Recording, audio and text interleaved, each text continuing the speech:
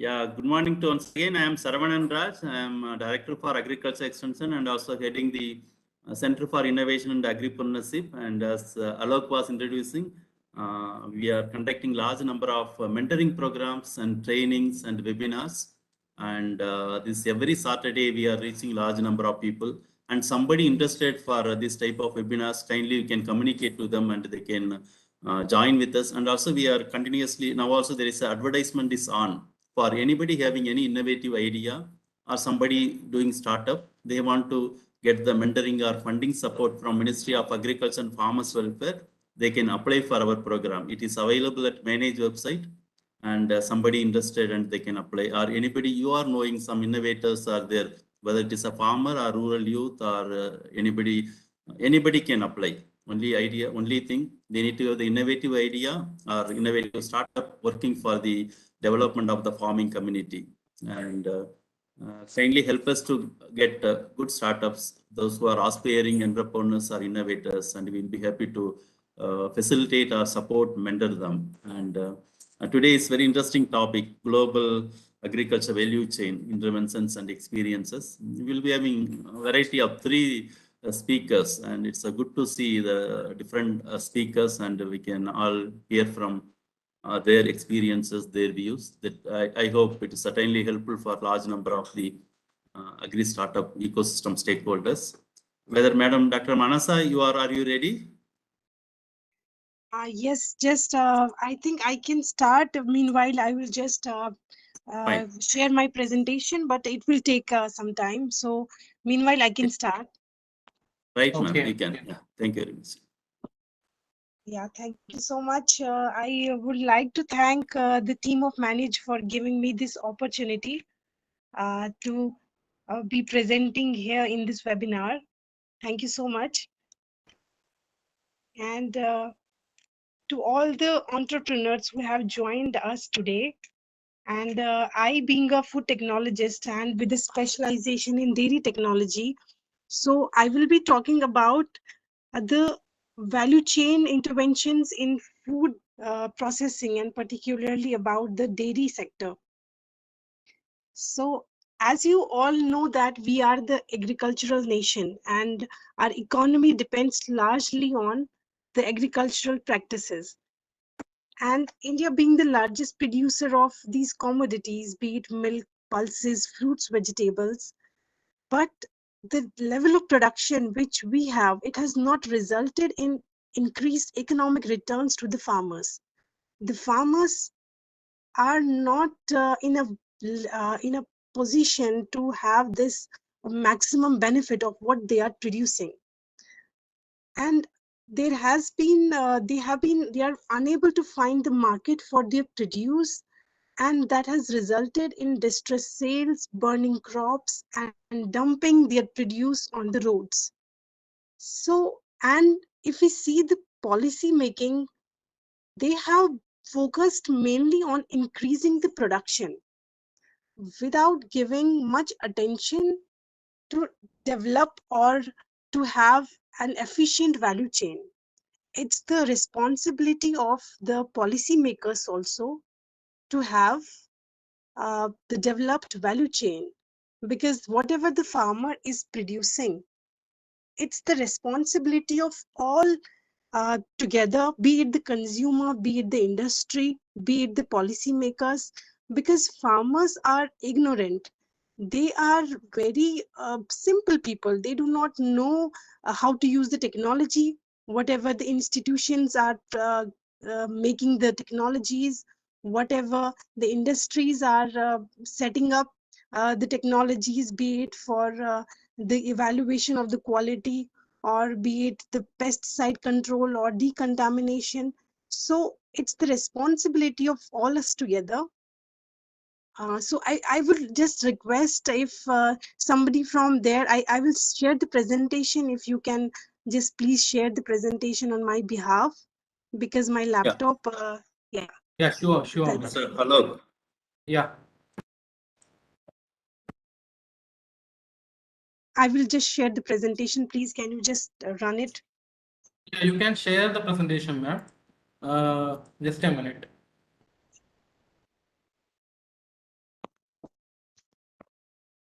You have emailed it, ma'am?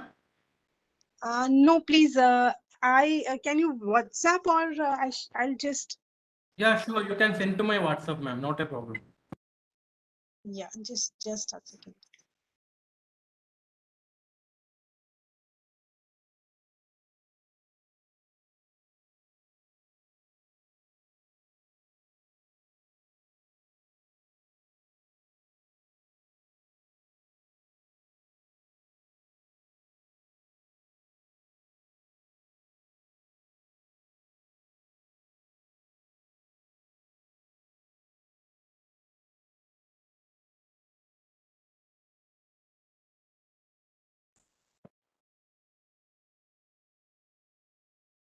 You can share to my WhatsApp, ma'am. Meanwhile, you can continue also. I will share in between.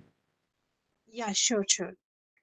So these and if you remember the pandemic has greatly affected the supply chain, because if we talk about the fruits and vegetables, the fresh fruits, vegetables, they are very perishable commodities, and during the pandemic we have seen great loss, and the market was badly affected, and the most affected group was the farmers.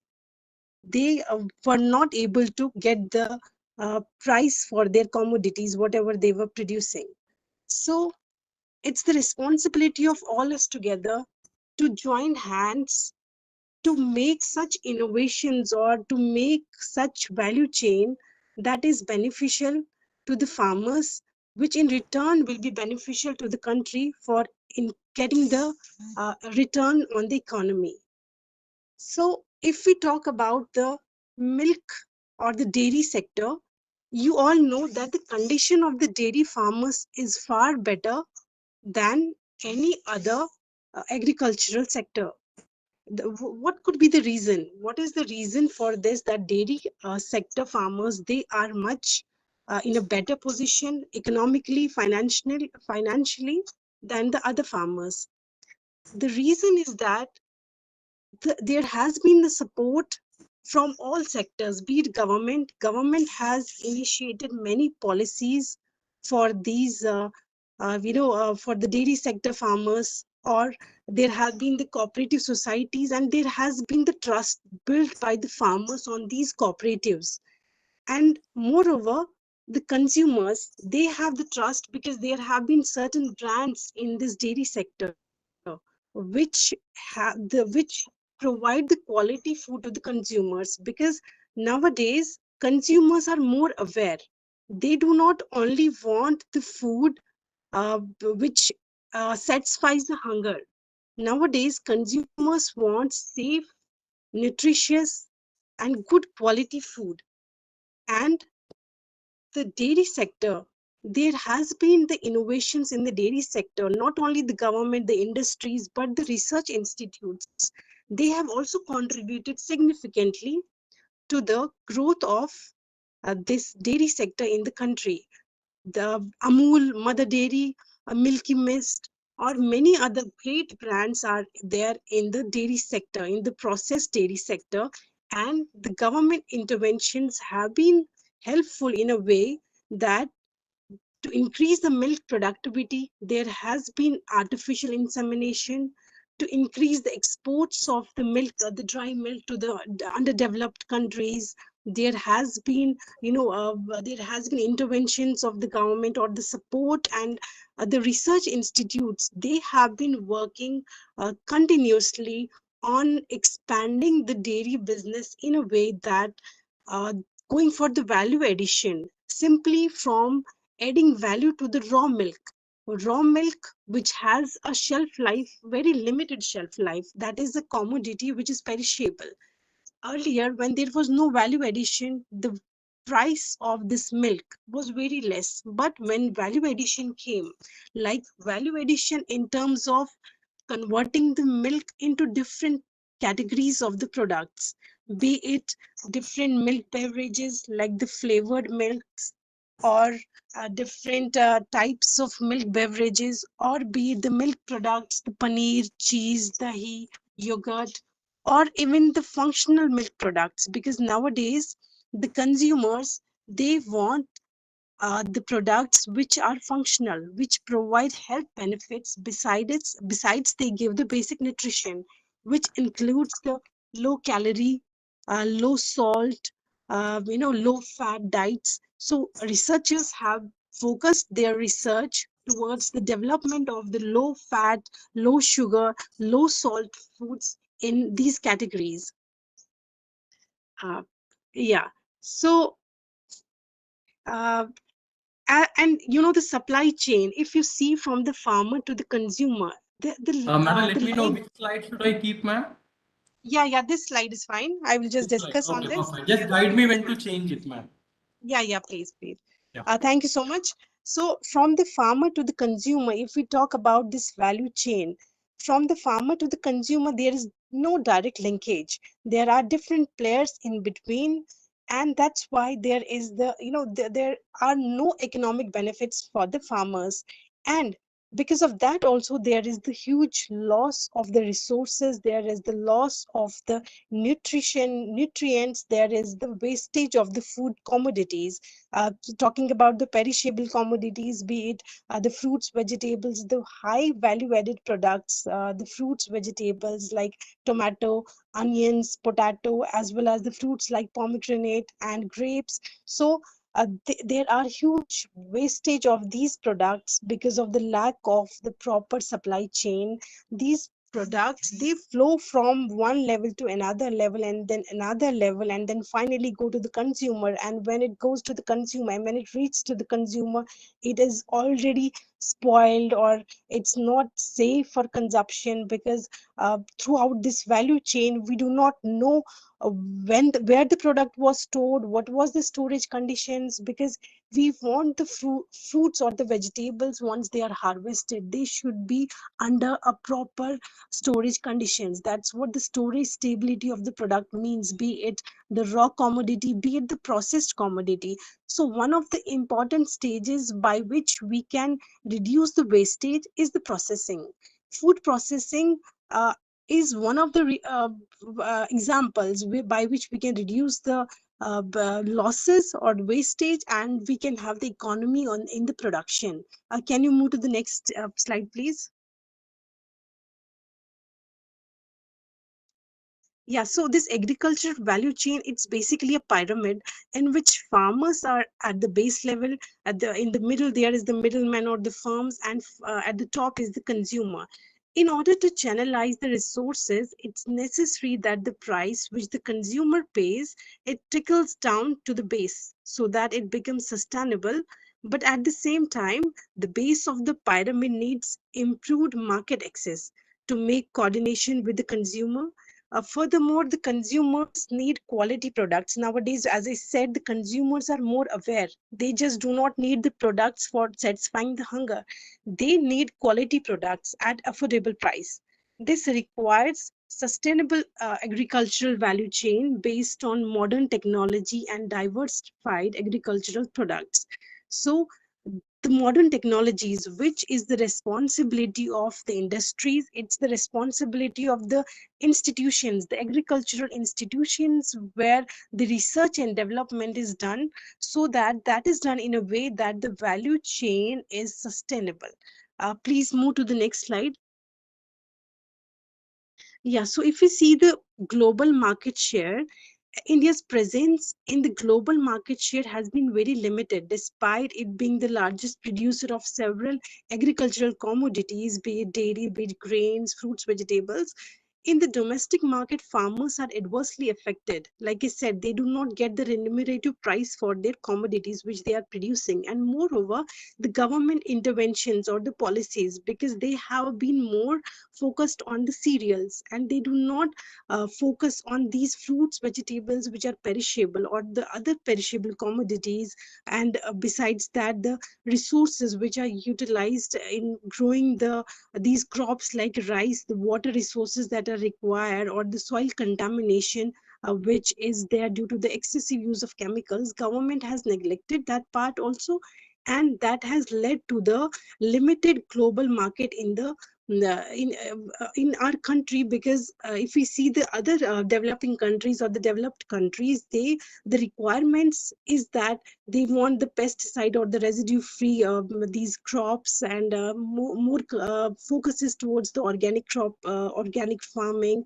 And now in India also, people are aware now, they want organic food only. They want functional foods. They want low fat, low calorie foods in terms of the processed foods. Please move on to the next slide.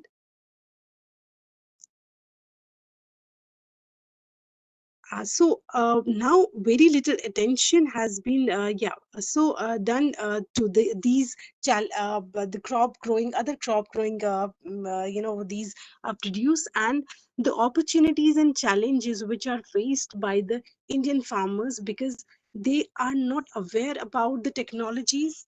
Indian farmers are not aware about these interventions or the technologies or the advancements or the scientific developments, and they do not use the equipments that are developed for the field of agriculture. There has been innovations wherein some equipments have been designed to check for these post harvest losses or some diseases or the pesticide residues, but farmers are not aware about that.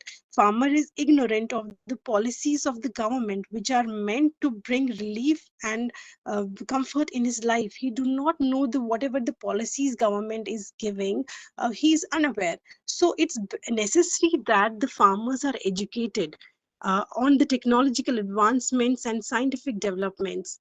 And number second, on farm processing, in order to reduce the loss or the post harvest losses, the on farm processing can be given as an option. The awareness about government policies and schemes can be given to the farmer. The focused research, which is the responsibility of the research institutes to have a focused research related to these value chains, so that farmers get benefited, or in a way the country gets benefited. The pesticide decontamination and an emerging value addition way out for the fresh produce and vegetables can be pesticide decontamination, because that the pesticide residues in a specific commodities that have resulted in the reduced global trade. So the decontamination can be done and farmer can be educated on that. Next slide, please. Adding value to the food, the traditional food products, that's the processing. Different types of foods can be processed into high value added products. That's how the value addition can be done. Advanced packaging, because packaging plays an important role. If we talk about the processed products, packaging is the way after the processing, it takes care of the product safety and spoilage. So advanced packaging methods like the use of biosensors or the modified atmospheric packaging or biofilms, they can be used. Development of composite foods and fortified foods, including the biofortification. Composite foods, because of nowadays there is the more the convenient food that's to be used nowadays, because more people are working, ladies are working, so people hardly get time to cook. So there's a demand of these convenience foods in the market. Next slide, please.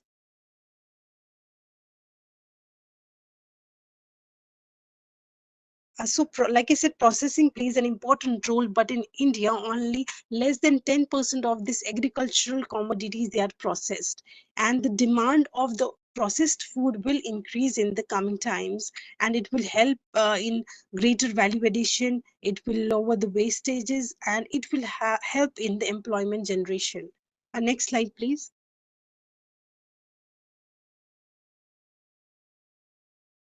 Yeah, so talking about the milk value addition, from the farm itself to the consumer, there has been the developments not only by the industries. There has been developments by the research institutions which have focused their research on increasing the milk productivity, starting from the milk productivity to the end consumer, how the safe and the quality products can be given to the consumer. Even the adulteration which was there has been the developments or the advancements in checking the adulteration of milk or milk products.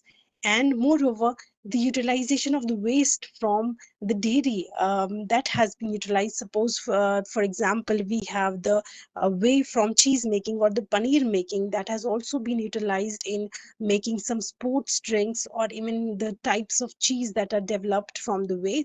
So the research has been focused in such a way to minimize the waste and maximize the profit. Please move on to the next slide. So yeah, the stages of value addition in milk is the production of different categories of milk, like milk beverages, herbal dairy products, wherein the herbal ghee, herbal ice cream, herbal butter, or different categories have been developed by different institutions and are already in the market. The convenience foods, composite foods, wherein the dairy foods are combined with the cereals, fruits, vegetables, pulses, etc. Then the functional milk products, having the prebiotics, probiotics, or the low calorie foods, having the fat replacers or the sugar replacers or the artificial sweeteners, they have been developed. Milk byproducts like utilization of the whey or the ghee residue in the manufacture of the sweets or chocolates, that there have been research in this area to have the value addition of milk, so that there is the sustainable production of sustainable development, or the utilization of the resources. Next slide, please. And their government initiatives have been there, and they have been government has been from time to time helping the farmers in taking forward the agribusiness. And there has been one this scheme like the Pradhan Mantri Kisan Sampad Yojana, and besides this, many other schemes or the initiatives that government of India is giving to the farmers or the agri startups to start this agribusiness and take the country to the new heights. Next slide, please. So way forward will be like the precision agriculture. This is for the new startups, that precision agriculture is a major player when it comes to how technology can make a difference. It's the use of GPS tracking system and satellites imagery to monitor crop yields, soil levels, and weather patterns to increase efficiency on the farm. Not only can they see all this happening across the field, but they can also use analysis from the findings to test the soil and the health of the crops. A major way they are doing this is through the use of drones, and these drones can locate and identify disease or damaged crops and tend to them immediately. The use of robots does not eliminate the need for food workers, but help them to be more efficient with their work. So these GPS systems have been used to identify the disease in the different crops. And next slide, please. And there has been moreover some equipments like infrared based equipments. They have been used not only for the diseased and all in crops in the field, but during the sorting or grading or many unit operations, when we go for the processing of these commodities, there are the instruments which have been developed to identify the different diseases in the fruits or the vegetables. And traceability is important when we talk about the value chain. Traceability of the food throughout the supply chain is important. The process of tracking food throughout the supply chain is much more complex nowadays, because the consumers are far away from the producers. Earlier times, the consumer used to be nearer to the producer, and there was less wastage, there was less spoilage, there was more confidence on the or the trust on the farmer. But nowadays, food is grown in one part of the world and it's processed and consumed by other part of the world. International trade of fruit, which is important for many developing countries, has decreased because of the inadequate post-harvest handling, storage, and distribution facilities. Next slide, please.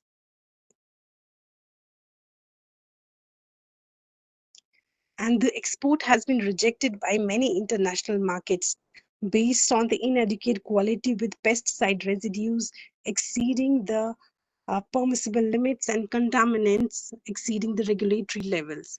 Now, the food safety management system ensures how safe food is guaranteed at every stage of food supply chain, because we want the food to be safe. We do not want a food which is having the pesticide residues.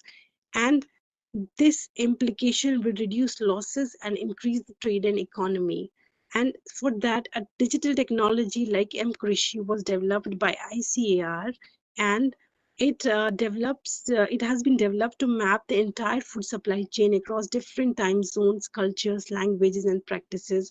It not only improves the traceability but also creates a digital mapping. So similarly, many other technologies have been developed, and further there is a scope for many such technologies to be made and be available to the farmers or the consumers at affordable price, because we cannot afford a technology which is beyond it should be affordable to the Indian consumers.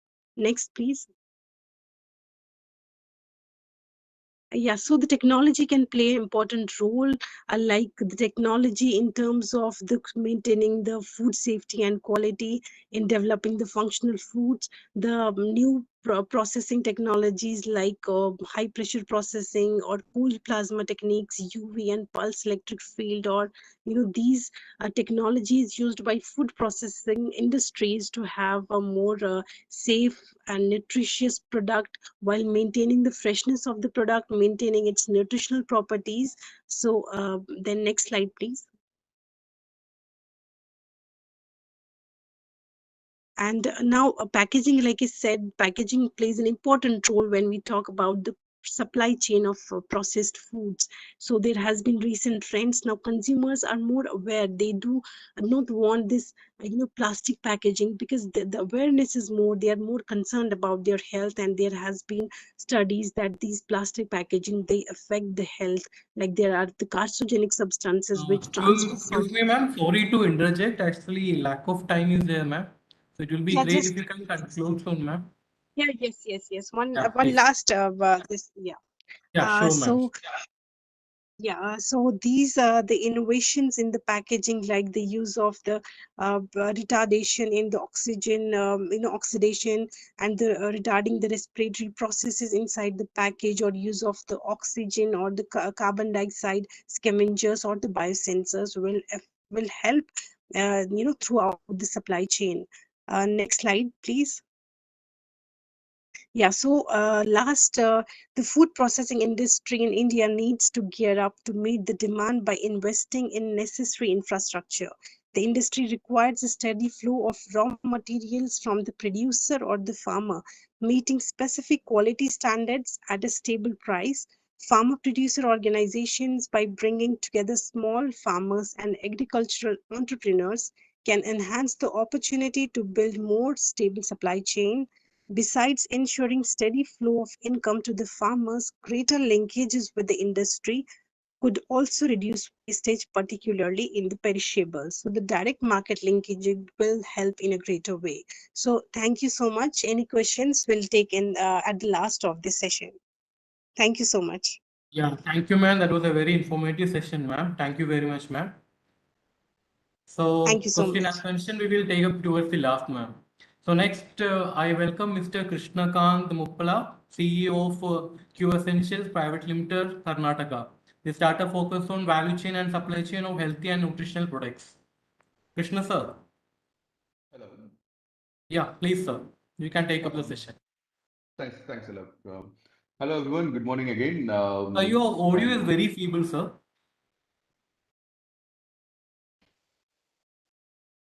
Hello? yeah, I'm just trying out a different Yeah, configuration. please. Is it better now? Yeah, it's better, sir. It's better. Yeah. Thanks, Uh, Alok, and thanks, Manish, Dr. Sharavanan, and all for giving the opportunity, and thanks everyone for attending the session. Um, so a little bit about our company first up. My name is Krishnakant, and I am CEO and founder of Essentials Private Limited. We are located in Bangalore. We sorry to are interject, sir. Do you have any PPT to share, sir? no, sorry. Yeah, Okay, I, okay, fine. I No didn't problem, prepare sir. any Yeah, go ahead, sir. PPT. Yeah. So we are a food processing company basically, and we process mainly millets, quinoa, chia.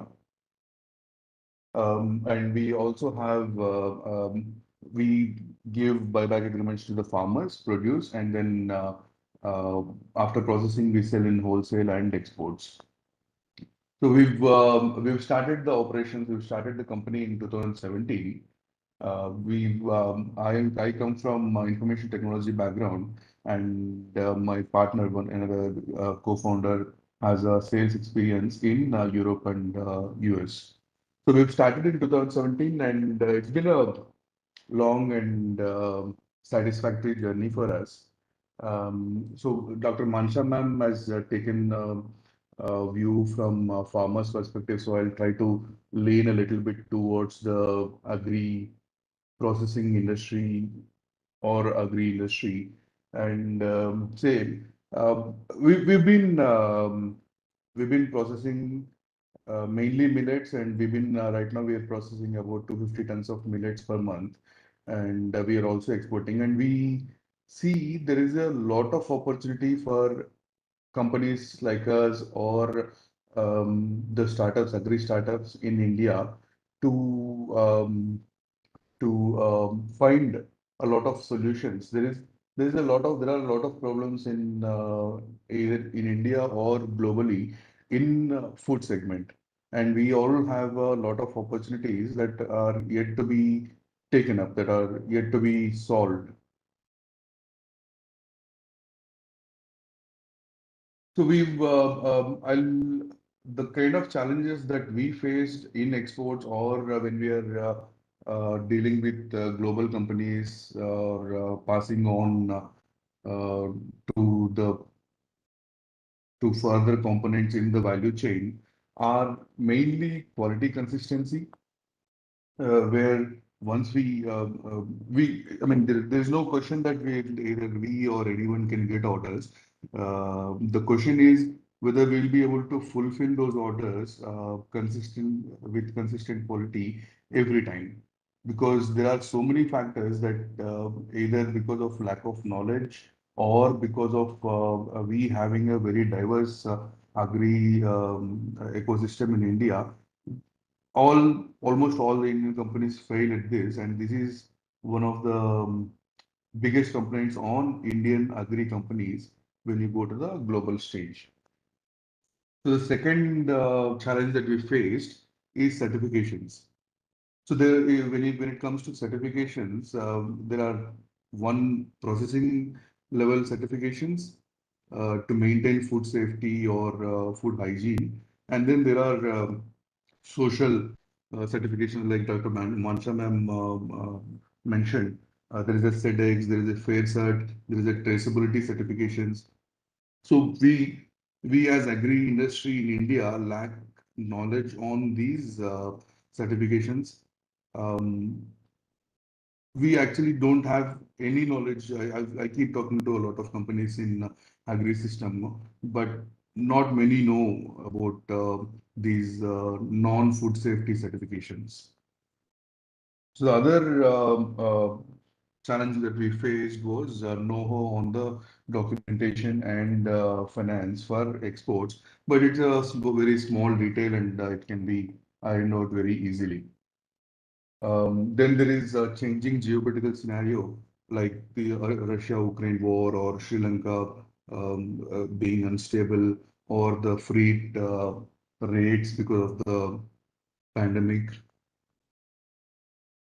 And the final challenge that I've listed, or the bigger challenge that I've listed, is merchandising.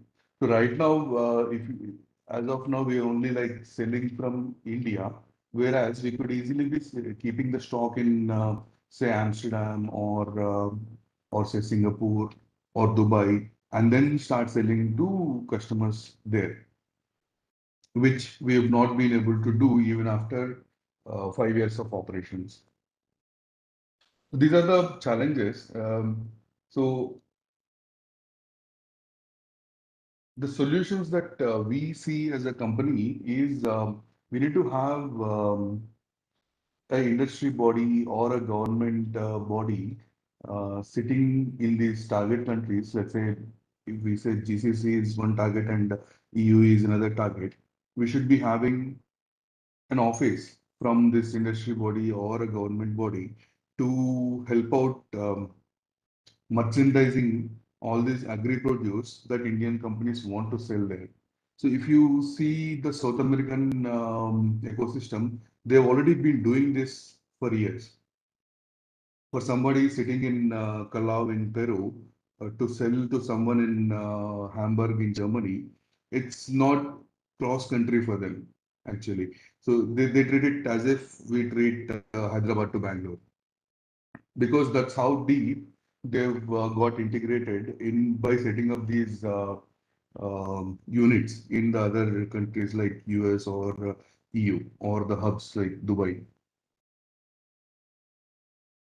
We also need to share knowledge on best practices about these selling to these countries or on quality standards that they need, or on the market needs that they what is it the market is looking for in these countries.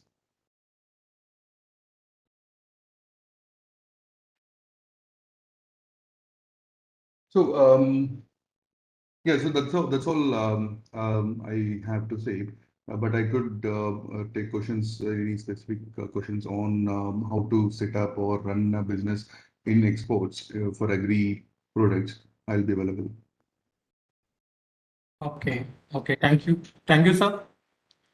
There are a few questions are there for you, sir. We'll take up the question towards the end, sir. Sure. Yeah. So we'll invite the next speaker, Mr. PC Kabir, co-founder and CEO of Farm Chip Dubai, focused on value chain of fresh organic fruits and vegetables directly from hand-picked local farmers in the UAE. The company engaged in supplying quality food products directly from farm to your doorsteps. Yeah, Dr. PC Kabir. Hello, Kabir. Hello. Hello, can you hear me? Yeah. Hi. Good morning, sir. Good morning. We had given you the presentation, right, sir? You can share the PPT. Okay. Okay, Rather perfect. than, okay, I'll just go through that. Just rather than my PPT, it would be my. Are you able to see my screen? Very Not bad yet, at sir. Webex. Usually only work on Zoom.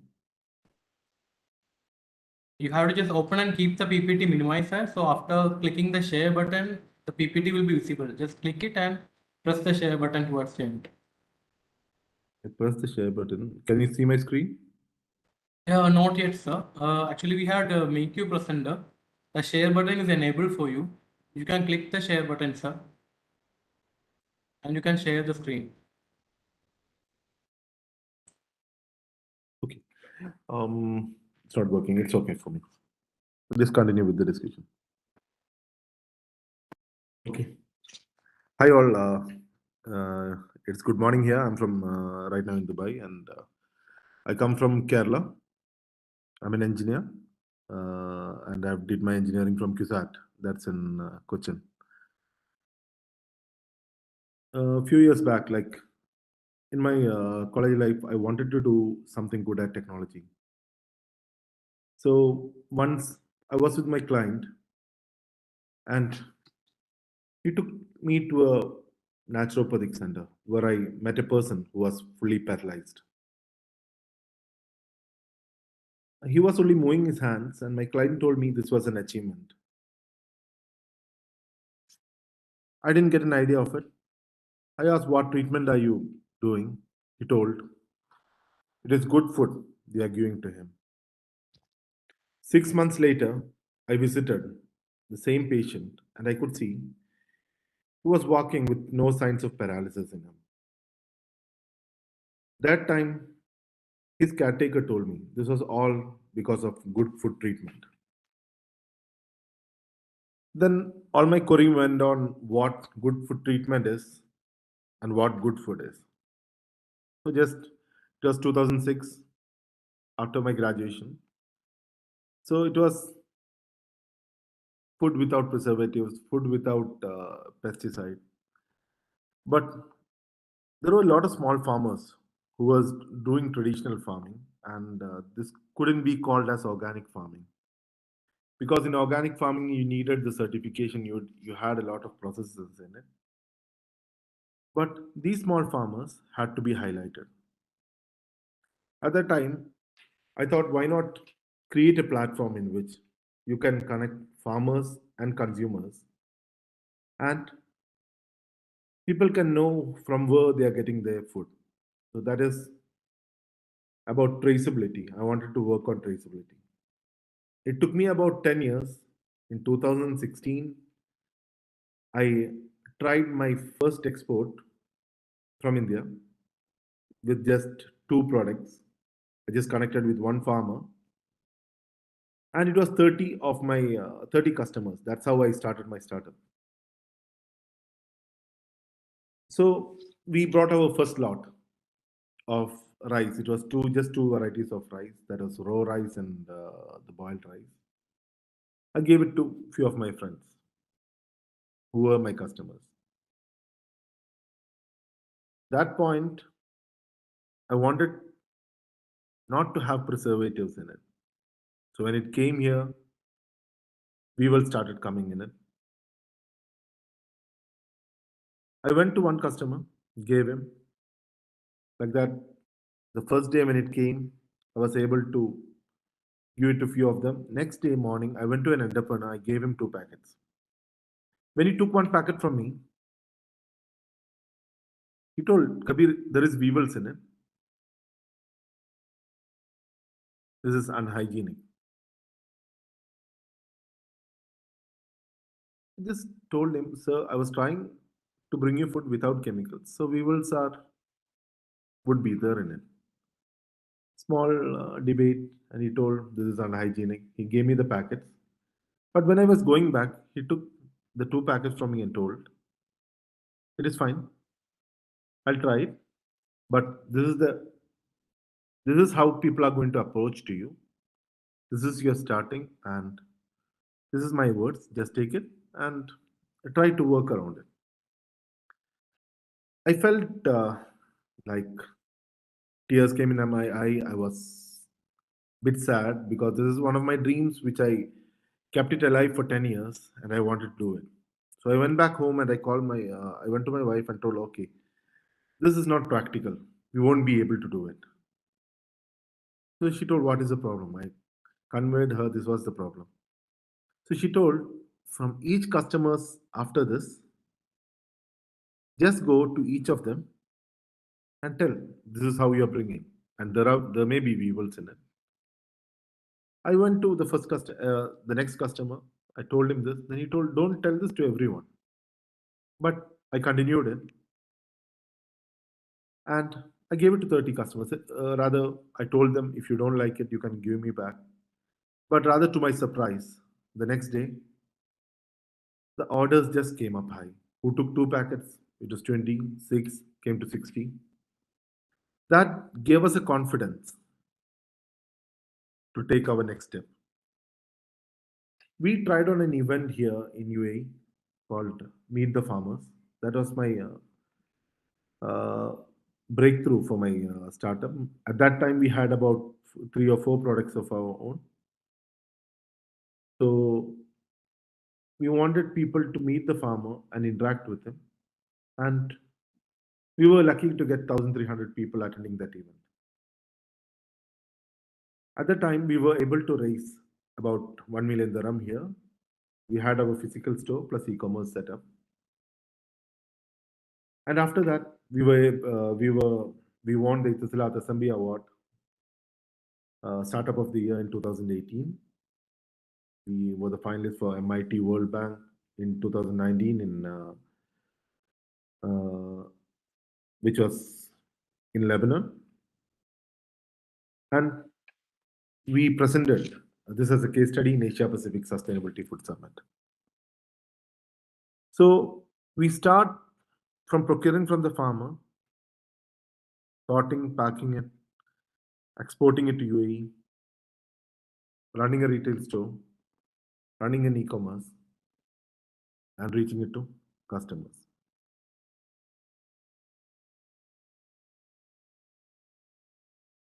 Few challenges which, as a strategy, which came to me was that without preservatives, it was tough for me to bring things for export. And without preservatives, the loss would be very high. We got a quite number of customers. In 2 years, we were able to grow from 3,000 customers to 3,000 customers, 300 customers, 30 customers to 3,000 customers. And we could also increase our product line to 300 SKUs.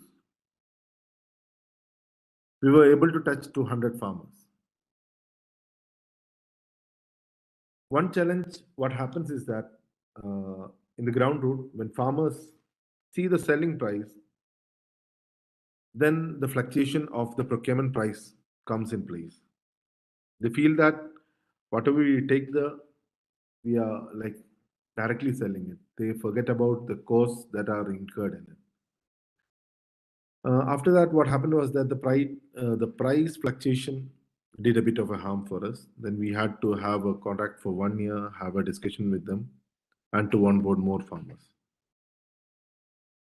So this was one thing. And since the time is low, I would take more questions. I'll answer more. We'll have more discussion on the question answer session. Thank you, Alok. Yeah, thank you. Thank you for the session. So those who have any questions can raise the hand by clicking the hand symbol shown on the right side of your screen, so that we will unmute you and you can interact directly with the speaker. Meanwhile, I will address questions already dropped in the chat box. So, Krishna sir, there is a question for you, sir. Go ahead, Alok.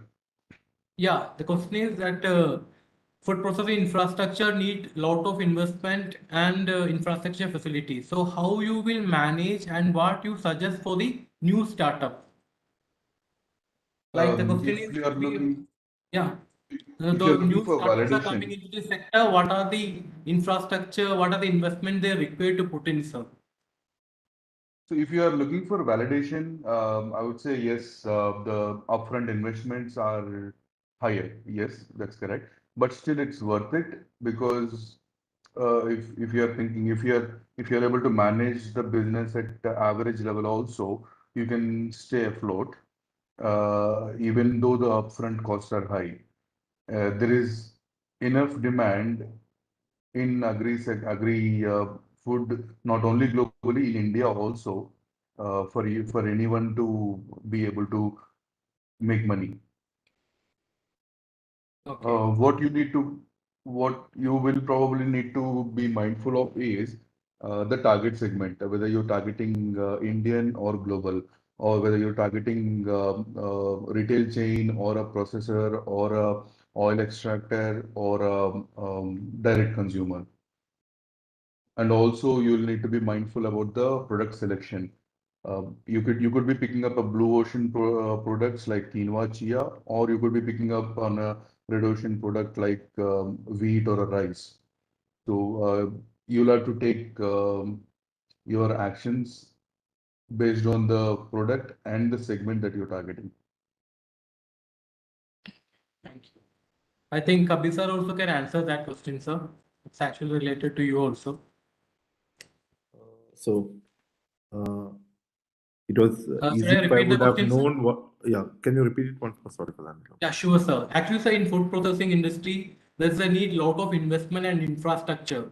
So how a new startup entering into this sector will manage all this investment infrastructure? What are the challenges? How to overcome it in general? So now it's up to you how your startup is going to be. If you're going to have a manufacturing startup, it's a different scenario. If it's an e-commerce startup, it's a different scenario.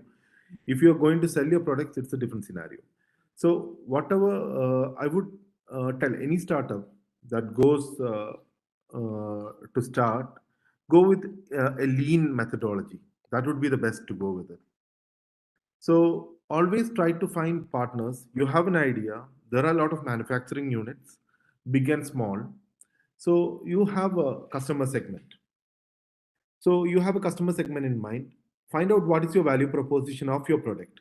define it. This is my value proposition of my product. Say, assume that you have mango leaves, and that's your product. Now you want to make that tooth powder.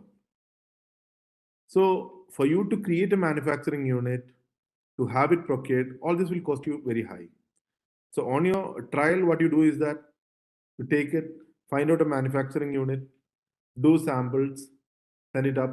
If you're trying to scale up, try getting the manufacturing unit as your partner, key partner, basically. Or if you're only looking at like if you want an intense manufacturing, then only seriously looking at look at that kind of fund. Else go lean, try to get up partners, understand your customer segment, then do your marketing properly.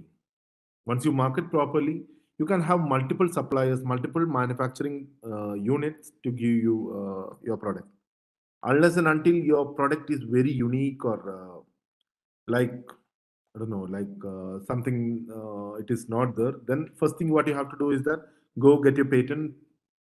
After you get your patent, try to collaborate with big manufacturers. There are a lot of manufacturers who will do it to it. Try spending less money in the initial stage. Try validating your product with customers. Do it in a lean strategy. Try to get as many feedbacks as you can, and on that, decide whether you go forward with it, whether you don't go forward with it. So, taking my case, I've like failed for 10 years. I've done a lot of startups. So, this is one take. Dream big, aim high, but always start small. Don't set up and pump all your products, all your fund on investing on high infrastructure or brick or mortar. Rather than that, have a decent website. If it's an e-commerce platform, even take monthly subscription based platforms.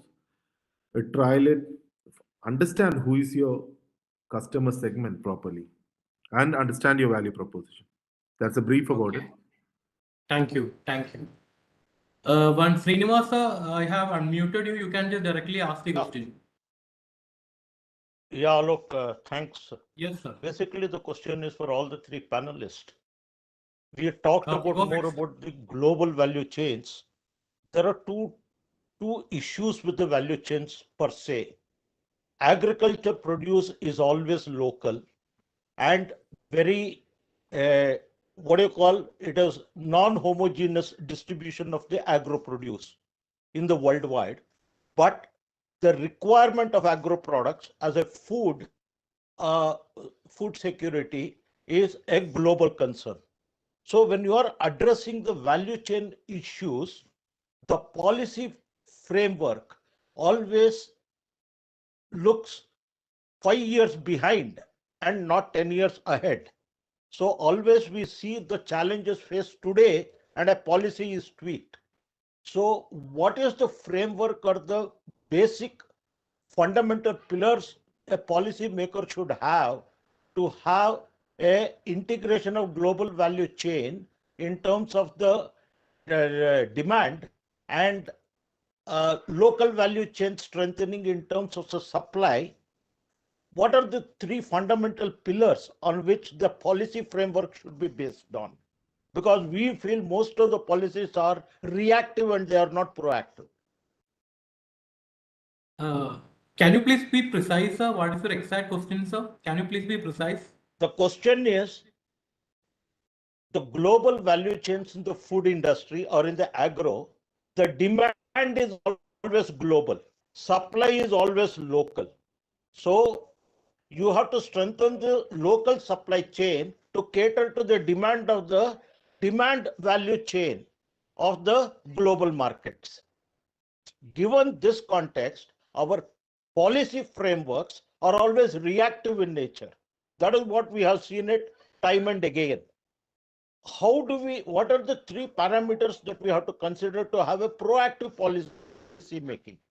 Where do we get the inputs for a proactive policy making in agro-tech value chain optimization? Srinivas, I'm not sure if I'll be precise in my answer. So there are again, the mainstream products and niche products that these agri startups that are in audience work on.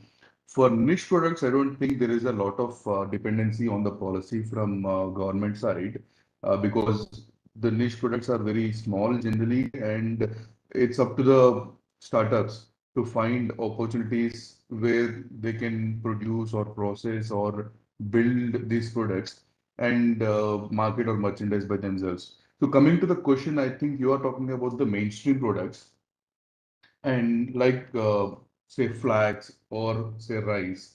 Um, I don't know about the three parameters that you're looking for, but for me, yes, I partially agree that government policy has been reactive and it's only been changing of late. It's improving, definitely. It's improving. It's not there yet, but it's improving. So for me, the parameters that the policymakers should be looking at is the capability of our farmers. Where are they good? Where can we and where can they be educated or trained faster? That is one parameter that I would look at if I am making policy. And the second one is understanding the conditions or soil or conditions or weather conditions or I'm not sure if topology is the correct word, topology of India as such.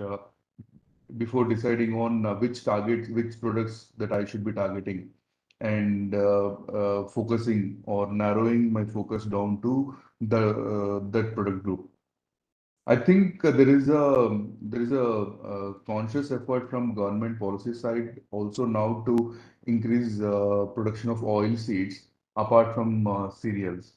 So I see there is a little bit of proactiveness. Can you tell us which three parameters that you are looking at? Basically, I'm looking at in terms of protectionism for the price mechanism. Basically, what happens is international contracts in global value chain have a 1 year, 2 year contract periods.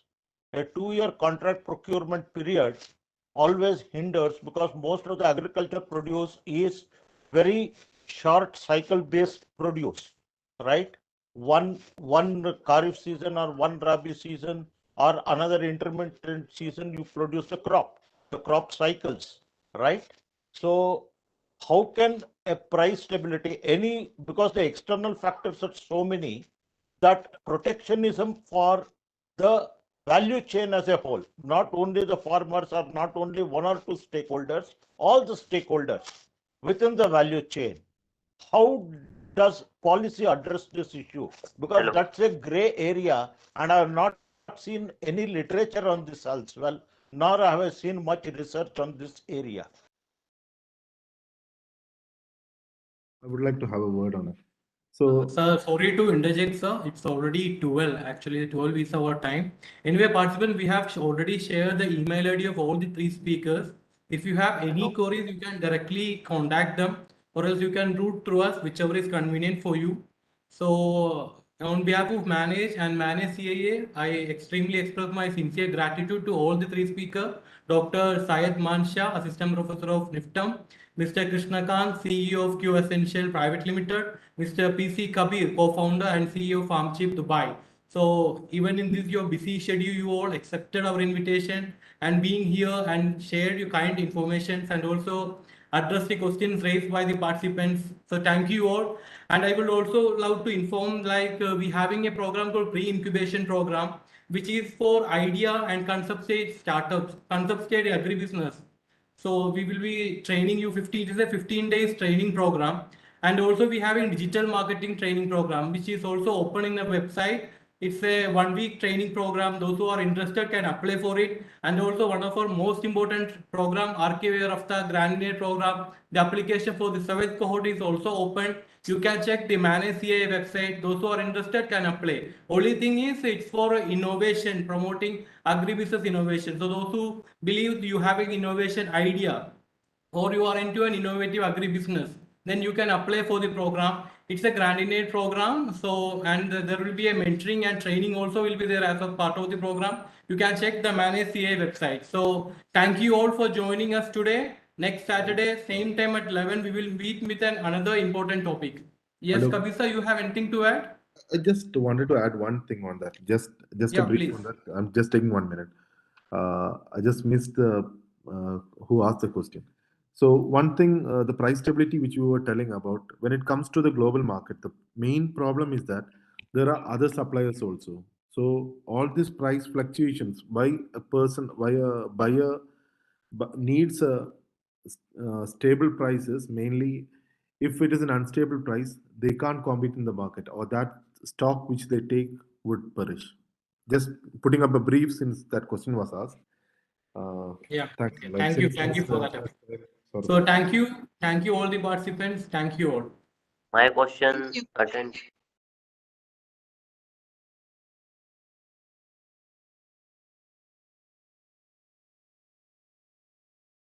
Thanks everyone. Bye-bye.